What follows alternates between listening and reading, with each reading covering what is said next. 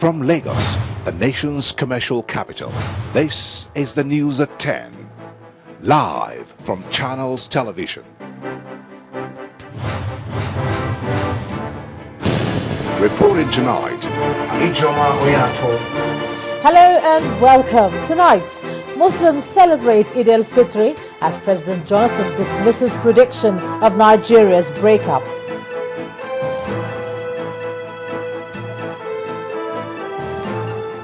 Inspector General of Police justifies dismissal of Sergeant Christopher Meleze, says corruption won't be condoned. Our big story tonight examines the mysterious death of a teenage girl in Lagos. And at least 28 killed in bombing at a funeral for a policeman in Pakistan. On Business News tonight, implements the NATO report on the oil and gas industry. Lagos Chamber of Commerce and Industry compels the federal government. And on sports news, Nigeria's Super Eagles ranked 5th in Africa as the monthly FIFA rankings celebrate 20th anniversary.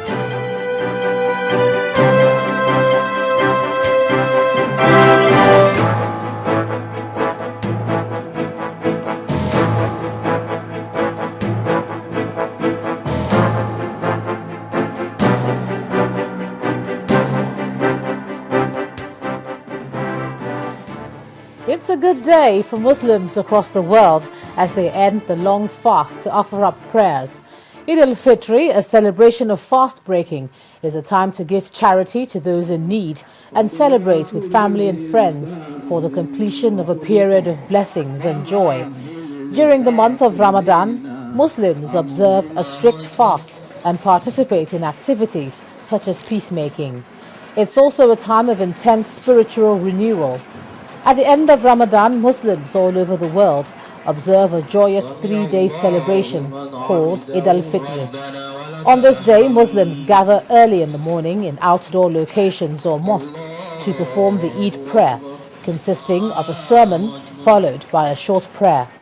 After the prayer, the faithful usually go visiting and exchange gifts. These activities traditionally continue for 3 days. In most Muslim countries, the entire 3-day period is an official government and school holiday.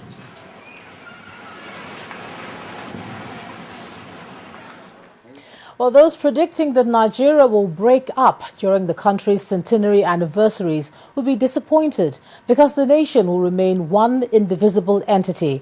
These are the words of President Goodluck Jonathan while hosting Muslim faithful who were in the presidential villa to pay him the traditional Eid al-Fitr homage.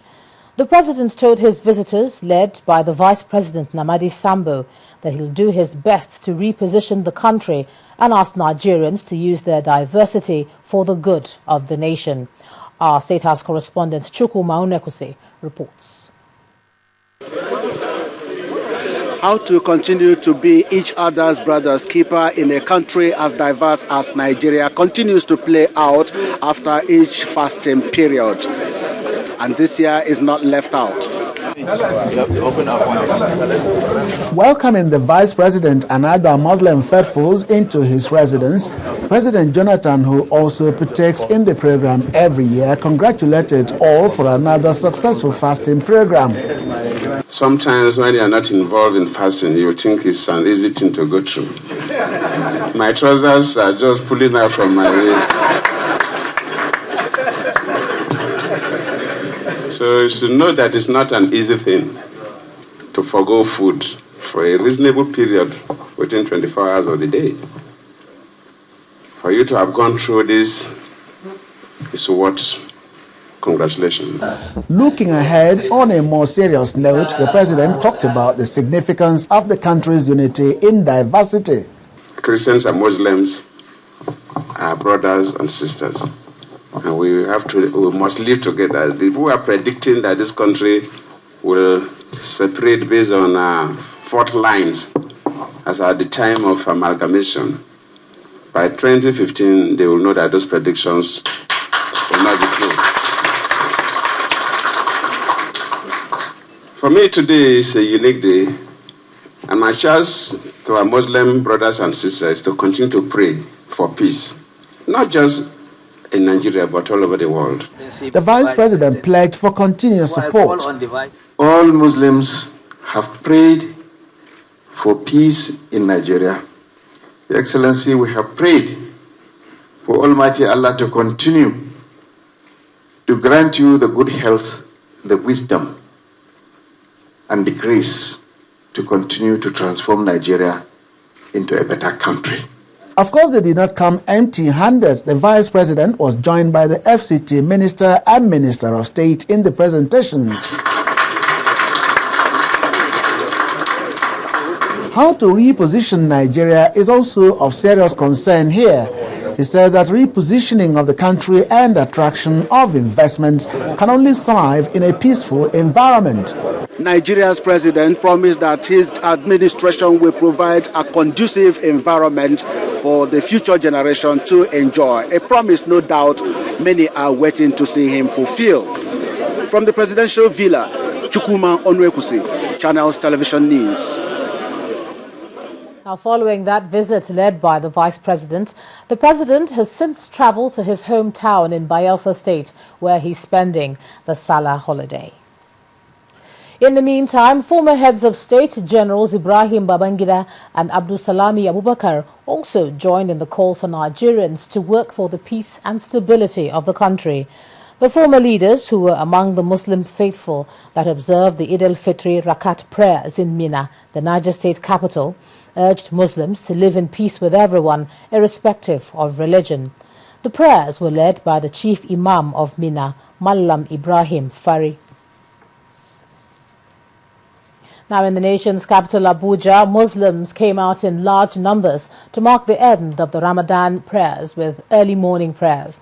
Now, among the worshippers was the Vice President Namadi Sambo, who used the occasion to urge Muslim faithful to embrace the virtues of peace and sacrifice. Prayers were also offered for the peace of the country and the nation's leaders. Our correspondent Paul Nwachuku reports. At the end of the month-long Ramadan, Muslim faithfuls are gathering at the Eid prayer ground in the federal capital to observe the last prayer, so to say, for the Ramadan season. Before they could get access into this place, they had to go through a rigorous security check. Thousands of devout Muslims gathered at the Eid prayer ground early in the day to offer the Eid al-Fitr prayer.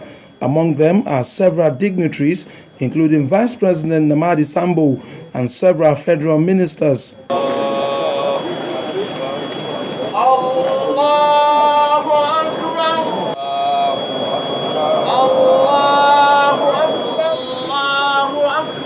The chief imam of the National Mosque, Ustaz Musa Muhammad, led the prayers. He used the opportunity to pray for the nation. Muslims were urged to offer sacrifice and adhere to the principles of Islam. We have prayed for our president, President Goodluck Jonathan, that may Allah continue to give him the good health and the wisdom to continue to transform Nigeria into a greater nation. We pray that all Nigerians will be our brothers' keepers and that we'll have peace and development in our dear country. We are here to offer gratitude to God, the beneficent, the merciful, who has given us this opportunity to worship Him, and of course a period of sacrifice which typifies love and mutual understanding, humility and service to God and to humanity. The message here is clear. Muslim faithfuls were urged to be their brother's keeper, and that is the message faithfuls will be taking home during this period. Paul Nwachuku, Channels Television News. Well, back here in Lagos, Muslims offered the usual prayers at different locations to mark the Eid al-Fitr celebration. Governor Babatunde Fashola asked Nigerians to be tolerant and ensure peaceful coexistence to move the country forward. Our correspondent Ihochi Ikechukwu reports.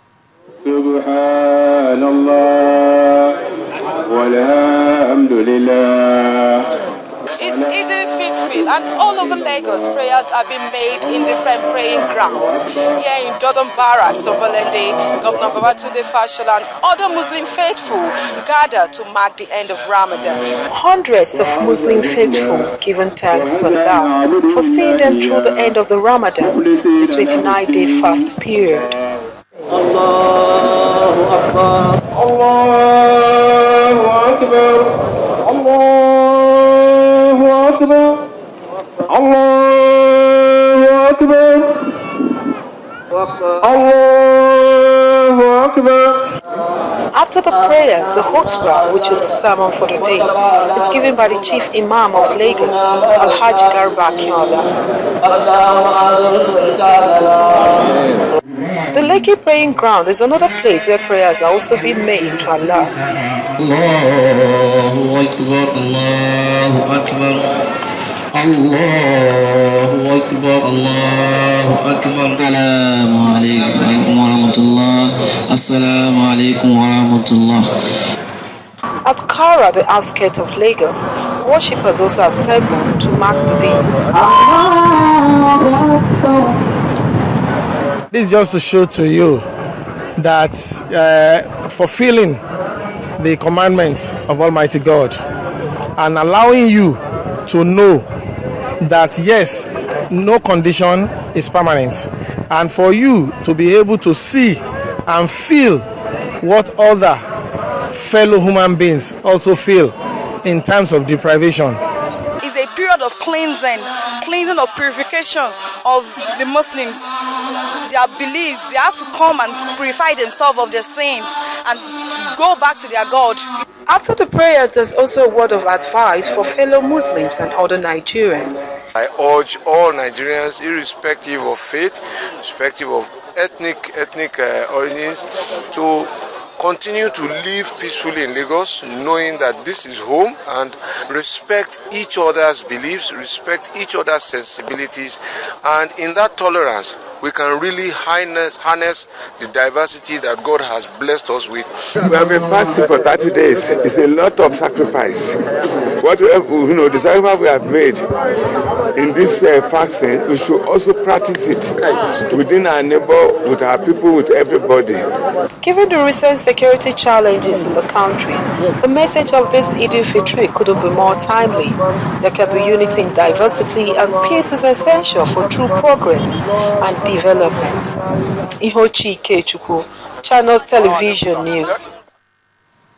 In part 2, after the break, airlines, motor parks enjoy high patronage as a result of the Eid al-Fitr celebrations. That's in a moment. Please stay with us.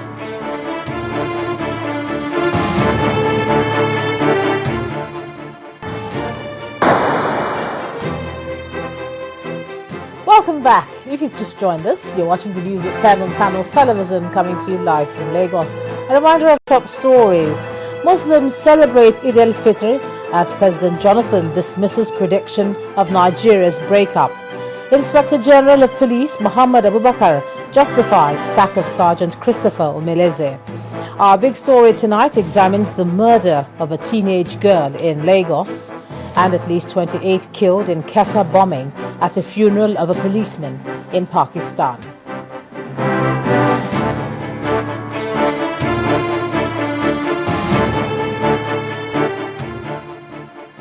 Well, do remember that there are many ways for you to keep up with all our top stories. There's the website channelstv.com and youtube.com/channelsweb. If you're on the go, please visit m.channelstv.com to view us live on an iPad, iPhone or BlackBerry, and you can also download the Channels TV app for Android and Nokia 920 from their respective stores. Now, while most Muslim prayer grounds across the country were full, leaders in most states of the Federation also used the opportunity to pass across messages of peace and love. Some of the governors who spoke to Channels Television prayed for peace in the country and asked for a permanent solution to the insecurity challenge facing the nation.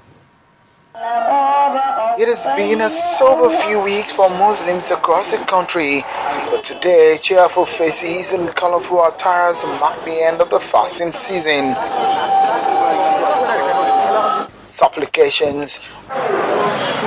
Recitations from the Holy Book and communal prayers were held in most parts of the country.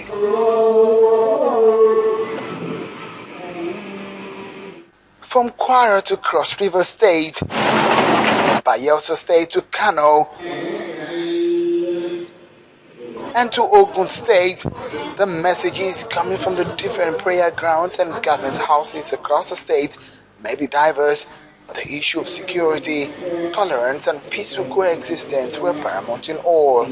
Our public in Kano to continue offering prayers so that we have peace and stability in Kano State. And also we pray to Almighty Allah subhanahu wa ta'ala to give health to our Royal Highness the Emir of Kano. And urge our people in Kwara State to continue to be law-abiding, to continue to love each other, and continue to strengthen each other's capacity. My message is for all of us to remain peaceful, focused for the development, unity of our country. In Ekiti, the Deputy Chief of Staff, Majid Jamiu, asked anyone planning violence in the name of fighting for God to stop. Islam does not preach violence, and that Almighty Allah is sufficient to fight for his own cause. It doesn't need anybody to fight for him. However, in Abeokuta, Governor of Ogun State, Ibikunle Amosun, used the opportunity to affirm his determination to further commit himself to the service of his people. We will continue to serve them. That is what we promised that we will do, and we are doing it. And God willing, with their prayers and with their support, we will continue to give that dividend of democracy to the good rule of Ogun State. In Owerri, the capital of Imo State, Muslims gathered at a mosque. The Commissioner of Police in the state was one of them, although not in the police uniform, but the issue of security was still on his mind. Peace in our homes, peace in our community, peace in this state, peace in Nigeria. The calls by leaders from the different states all point towards peace and religious tolerance. If adhered to, it is sure that most of the major challenges in the country will be a thing of the past. Sheung Wakimbaloye, reporting for Channels Television News. Now, the Eid al-Fitr celebration is also a time when more people travel to join their loved ones in different parts of the country. At the General Aviation Terminal in Lagos, southwest Nigeria, passengers suggested that information be handled properly, especially where there are delays in flight schedules. Also in Abuja, an interstate driver says the season is a time to make more profit. Our aviation correspondent Bukola Jo Oketumbi reports. Passengers making their way into the airport, among them this family of 5, all dressed for the Eid celebrations. While celebration is on the mind of many, others are returning to base. My name is Mustafa. I'm a passenger traveling to Kaduna. Are you going in view of the celebration? Yes. You're going there to join your family? Yes, my family. This is the General Aviation Terminal in Lagos. About this time, about 13 flights have already departed from here, and about 7 have arrived from different areas in the country. Owing to the celebrations, there's also been a considerable surge in passenger number. With the upsurge in passenger numbers and the likely pressure on security checks, timely arrival is crucial, and the management of the Federal Airport Authority of Nigeria advises passengers to get in ahead of time. We also want to advise travelers to leave ahead of time. Make your travel arrangements. You can take advantage of the online ticketing that is available by most airlines to book your ticket ahead of time so that you avoid the rush. And most importantly, do not patronize staffs. Whenever they feel that the plane will not be ready, they should have announced earlier on before you get there, and they will not say the flight will be delayed and all that. It's so painful. From the airport in Lagos to the roads in Abuja, where fares have skyrocketed owing to the Muslim holiday, and drivers say it's a good time to do business. I don't want to even go to Jos. I want to go to Lagos, but it's because of the increasement. I say, okay, let me go and come back. Although business activities in the capital city has wound down considerably, many residents are taking advantage of the holiday to reunite with their family and loved ones. Bukola Joe Oketumbi, Channels Television News. Now we shift focus from the Eid al-Fitr celebrations to look at efforts to tackle corruption. And the Inspector General of Police, Mr. Muhammad Abubakar, says he'll not tolerate a corrupt police force. Mr. Abubakar explained that the sacking of the police officer Christopher Meleze, who was caught on camera asking for a bribe, is a warning to other policemen. He told State House correspondents following the visit to President Goodluck Jonathan that he is prepared to charge the officer to court if the man who made the report comes out with more evidence against him. According to him, what's happening in the Nigeria police now is a revolution that will not stop until the police changes for the better. You can see that we're IT compliance. We know what is happening on the YouTube. We know what is happening all over the world. And because we believe that we have to do what is right, we monitor our officers. Sometimes we even set them off to ensure that we get them on the act. And so his caught on the act is being dismissed. There is a process we are going on. If the man who that compensation has taken place with is willing and ready to come and give evidence in court, he will be charged to court. When you say that dismissal is too harsh, the action taken against him is too harsh. For somebody who is corrupt, I will not run a corrupt police service. Thank you. A teenager's mysterious death in the Ketu area of Lagos over 2 weeks ago has left her grieving parents asking questions about the cause of her death. Now, while they were initially told that Jennifer Onyeche was electrocuted while working at a juice-making factory, an autopsy report purportedly obtained by the police indicates asphyxiation. On our big story tonight, our correspondent Charles Aruka probes the mystery surrounding the 17-year-old's unfortunate death. It's a somber mood as sympathizers gather in the Onyeche's apartment to console the grieving parents. Mr. and Mrs. Friday Onyeche are not only grieved, they're also bewildered about the circumstances that resulted in the death of their 17-year-old daughter, Jennifer, on July the 24th, 2013. Last week, Wednesday, around 11:30, I had a knock at the door. Then I stepped outside. Then I assumed, I said, I don't know you people. They said, yes, that I'm right. Then they now explained that they are the guests, 4 of them, working with my daughter. I said, is there any problem? They said, no, but electric shock my daughter. Then I shout. Then comply with the policemen and the workers, about 2 are with them, telling them where to take down so I cannot see the body. I say, the DPO say I should go back to home. Say the following morning, being 25th of July, I should come.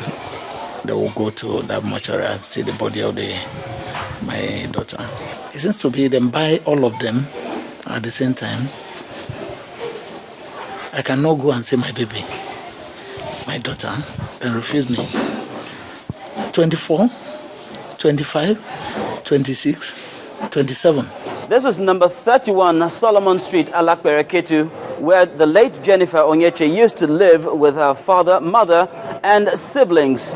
The circumstances of her death on the 24th of July 2013 are still shrouded in mystery, with conflicting stories about what really happened. Some saying it was an electric shock, but the doctor's report saying it was as a result of asphyxiation. Unfortunately, it's been a conspiracy of silence as to what caused the death of this young lady. But what we know for sure is that she used to work with a fruit juice manufacturing company, and that exactly is where she died on that fateful day. Well, it is a fruit juice manufacturing company that manufactures this Rotzi apple drink, and the details here indicate that the company is located on number 9 Adisa Akintoye Street, Ketu. According to Jennifer's father, the police would not let him see the autopsy report.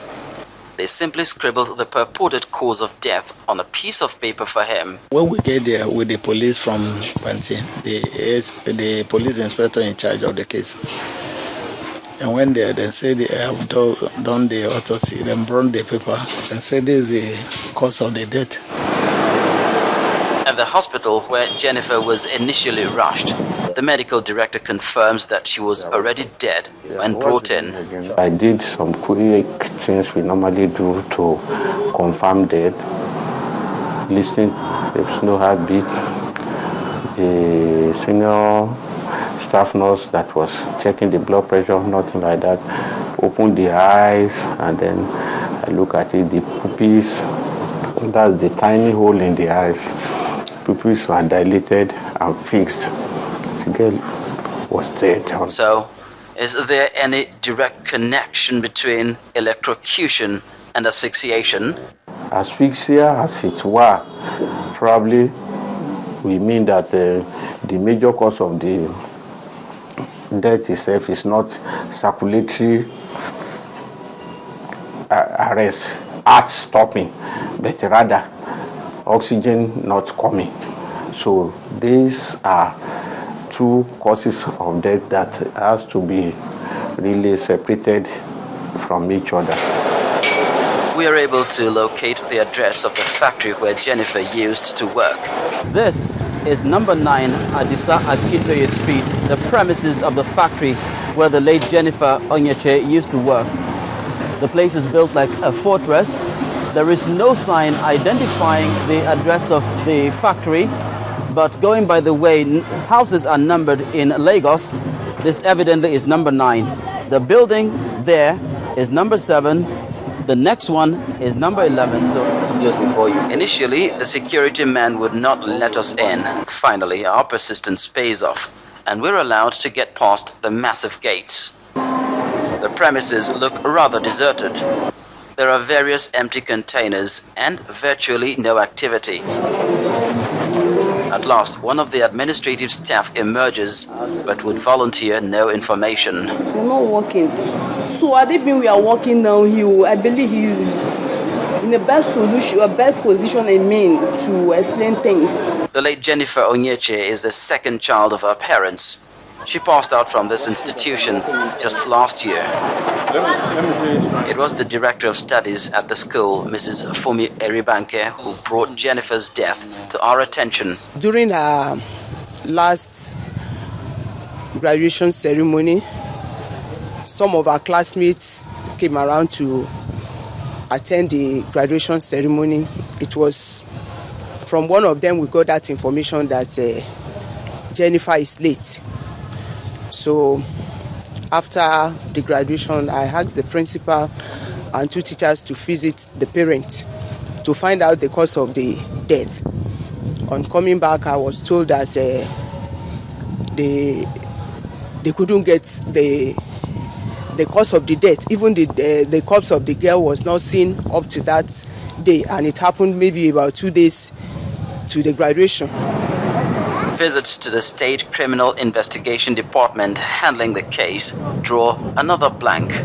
The only thing we could get to find out is that the case is still being investigated. Meanwhile, the mystery of Jennifer's death persists. So we should plan how to bury that girl before the case goes on. We cannot leave the body at the mortuary like that. It'll be a scientific feat to establish the correlation between Jennifer Onyeche's purported electrocution and then asphyxiation. The conspiracy of silence from Jennifer's employers and the police continues to heighten the mystery. Will this innocent teenage victim get justice? For The Big Story, Charles Eruka, Channels Television News.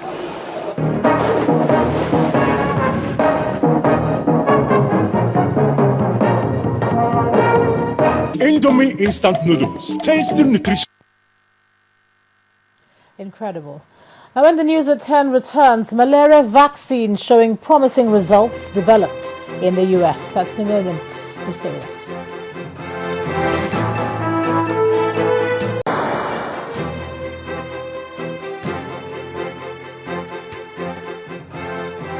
Welcome back to the news at 10. Political, religious and traditional leaders need to come up with solutions to the challenges confronting Nigeria. Now, this was the opinion shared by the president of the Christian Association of Nigeria, Pastor Ayo Orisejafo, and the Bongwom Jos Giyang Buba. At the delegates' conference of the North Central chapter of CAN, leaders were of the view that more needs to be done to improve the current state of affairs. The current security challenges confronting the nation received attention again as Christians from the north central of the country gathered at the Assemblies of God Church in Jos, the Plateau State capital.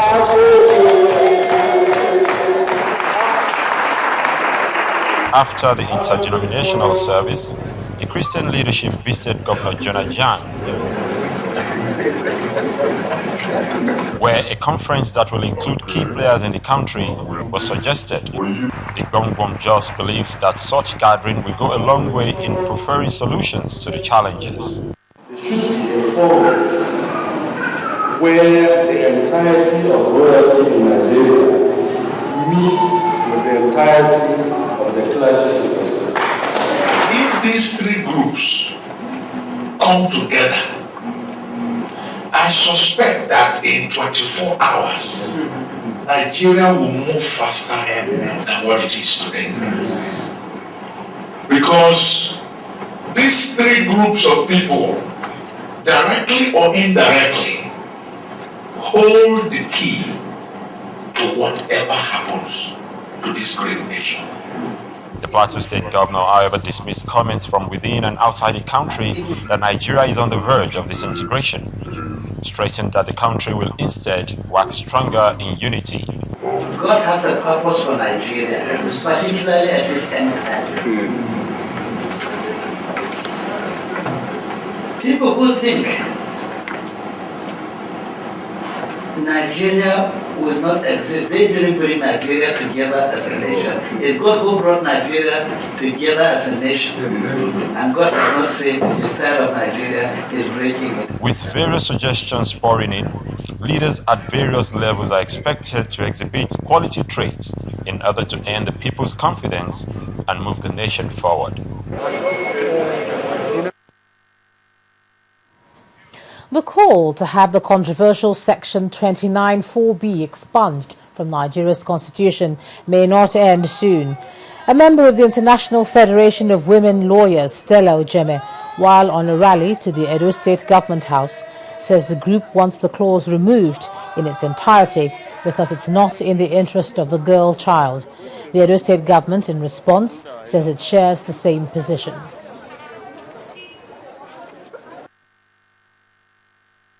Children are not physically, psychologically, and emotionally strong to handle the issues of marriage. And they are also predisposed to diseases like VVF. We know how it is in the north, it's prevalent in the north. And we know that most of the people that are giving out in the north particularly are, giving out to elderly men. And that means that by the time they are 18, they are already widows. We do not want that position to be retained, we want it to be expunged. If you are a girl and you are not 18 years and above and you cannot vote, if you are a girl and you are not 18 years and above and you are not qualified to have a driving license, what now qualifies you as a girl to take a decision on renunciation? We're in chaos with you on this democratic remonstrance, and I want to assure you that all democratic forces within and outside Nigeria will ensure that the child marriage, the ghost of it, is exercised. Well, there's some interesting news on the health scene. A vaccine that may end the scourge of malaria has shown promising results in early-stage clinical trials in the United States. In a report which was published in the journal, Science researchers found that the vaccine, when administered in high doses, protected 12 out of the 15 patients from the disease. The method involves injecting live but weakened malaria-causing parasites directly into patients to trigger immunity. Although the researchers say they are thrilled by the result, they maintain that there was the need to repeat the experiment in an extended form. According to the World Health Organization, there were an estimated 219 million cases of malaria in 2010 and about 660,000 deaths worldwide. Many of these deaths occurred in the tropical regions of the world, especially Africa. First Bank, truly the first.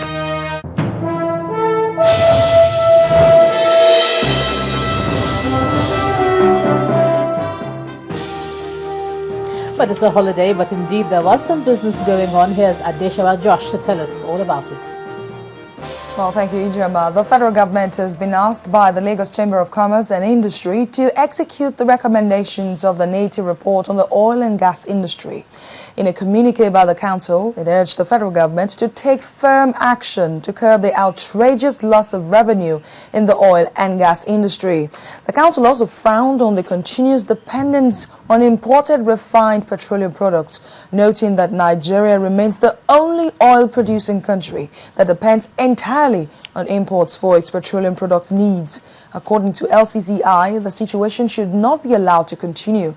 Therefore, asked the government to accelerate action to improve domestic refining capacity of petroleum products, including the quick passage of the Petroleum Industry Bill. And now, the recent creation of mortgage refinance company by the federal government has drawn various reactions from the public. A professor of estate management at the University of Lagos, Timothy Nubi, says instead of creating new institutions mirroring the mandates of existing ones, the federal government should focus on strengthening existing institutions. He was a guest on our Breakfast Business program this morning. And moving on now, in the spirit of the season, the Nigerian equities market closed today and will be closed tomorrow to celebrate the Eid al-Fitr. In anticipation of the holiday, investors raked gains from matured stocks. The all-share index tumbled by 0.49% to 38,038 points, with a lower market capitalization of 12.09 trillion naira on Wednesday. Investors gave the cold shoulder to Just Breweries, Venuform and Trans Express, which shared between 8 to 10% from their share prices. On the flip side, Champion Breweries appreciated by almost 10% to lead 28 other percentage gainers. Sterling Bank retained its position as the top traded stock for the session, ahead of ICO Insurance and Zenith Bank. When investors called it a day, over 292 million units had been traded for 2.4 billion naira. On to other stories now. The International Finance Corporation will launch a $1 billion local currency bond program in Nigeria that will allow it to issue debt regularly to fund infrastructure and other development projects. Nigeria's Securities and Exchange Commission is leveraging on this to pursue its agenda of providing strong regulation to support Nigeria's economic diversification. Part of a plan is to deepen the domestic bond market by tapping into the experiences of global agencies like the IFC. Well, that's business news tonight. The news at 10 continues shortly. First Bank, truly the first. Still ahead on the news at 10, Nigeria stays 5th in the latest FIFA ranking. That's on Sports News. Please stay with us.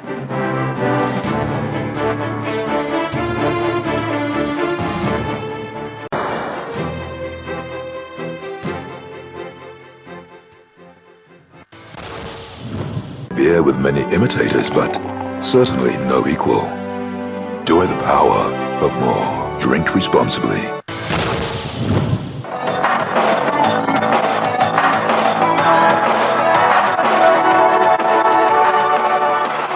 Let's take a look at some sports news now. Here's Charles Zaruka. Charles?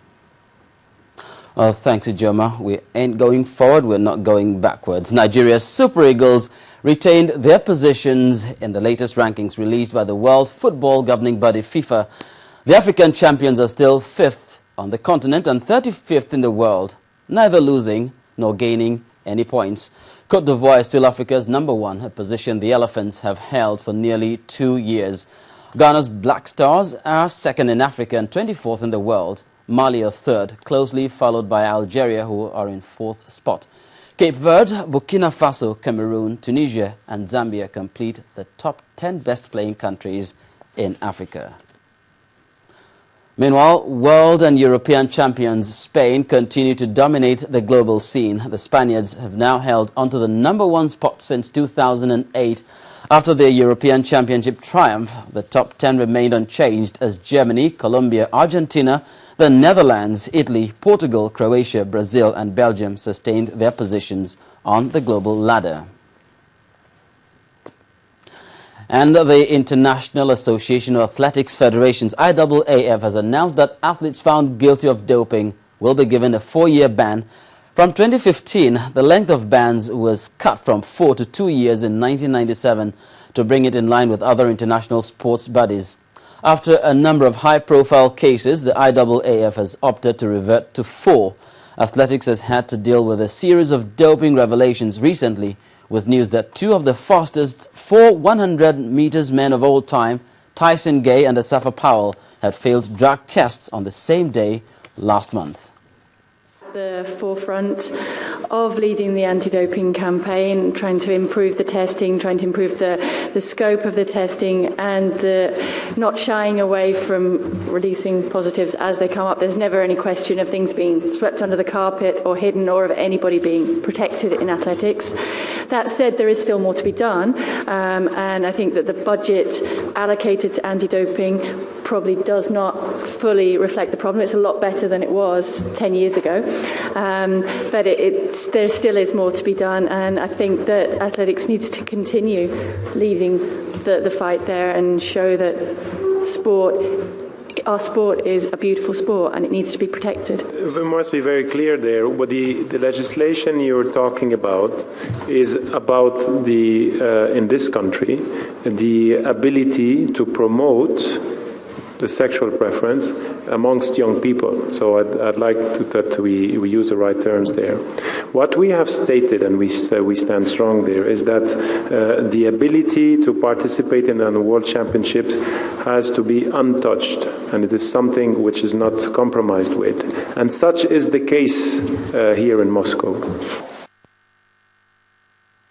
Staying with athletics, former 200 meters world champion Frankie Frederick says sprint king Usain Bolt has not yet reached his peak and can lower his world records in the 100 and 200 meters. The peerless Jamaican set his world marks of 9.58 seconds and 19.19 seconds at the Berlin World Championships in 2009, with his best since then, the 9.63 and 19.32 he clocked in London's Olympic Stadium at last year's Games.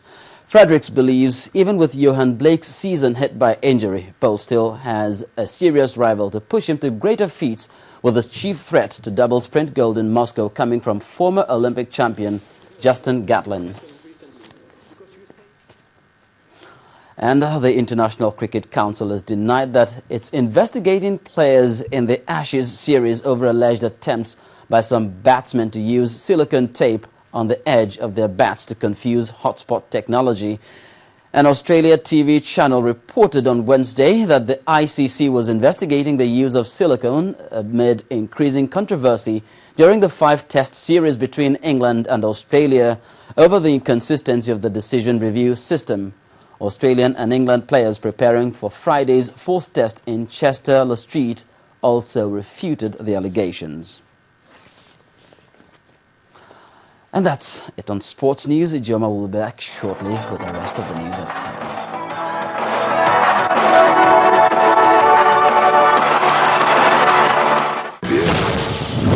10. Beer with many imitators, but certainly no equal.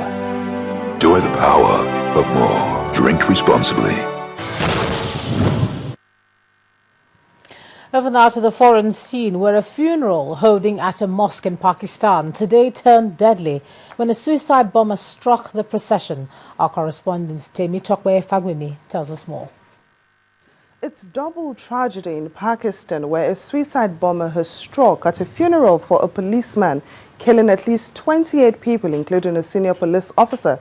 Police say that the blast in Quetta, which no group has claimed responsibility for, also wounded at least 60 people. Meanwhile, 6 alleged al-Qaeda militants have been killed in the latest presumed U.S. drone strike in Yemen. The attack in Marib province was the 6th in the last 2 weeks.